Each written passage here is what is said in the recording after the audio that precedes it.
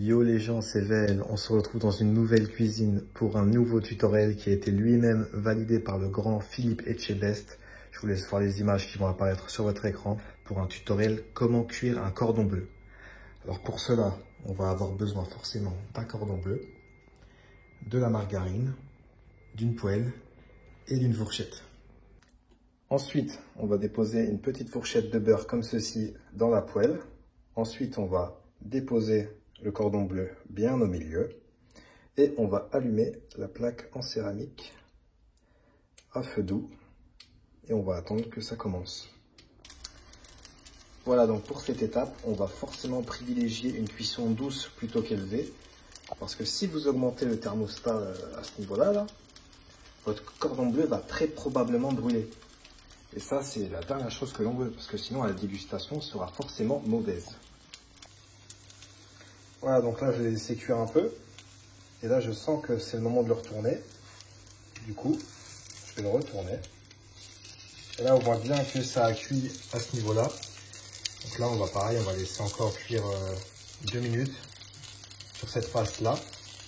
Puis on va le retourner encore une fois pour voir comment ça se passe et voir si le cordon bleu est bien cuit. Encore une fois, on va faire la même étape que tout à l'heure. Hop, on va le retourner comme ça. Et là, vous voyez, là, ça frétille bien, là. Franchement, ça frétille comme il faut.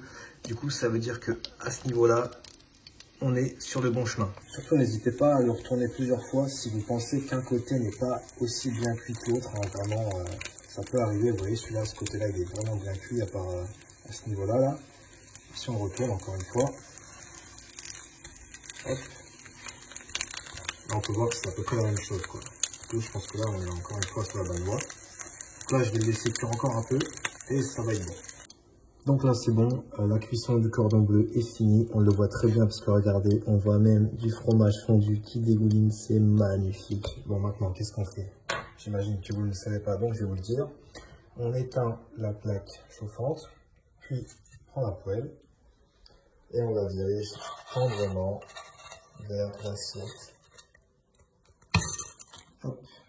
Donc voilà les gens, le tuto est donc maintenant terminé. Donc si vous avez apprécié, n'hésitez pas à aller checker mes réseaux sociaux, Twitter, Instagram et surtout vous abonner à la chaîne YouTube. N'hésitez pas aussi à lâcher un petit like si le tuto vous a plu.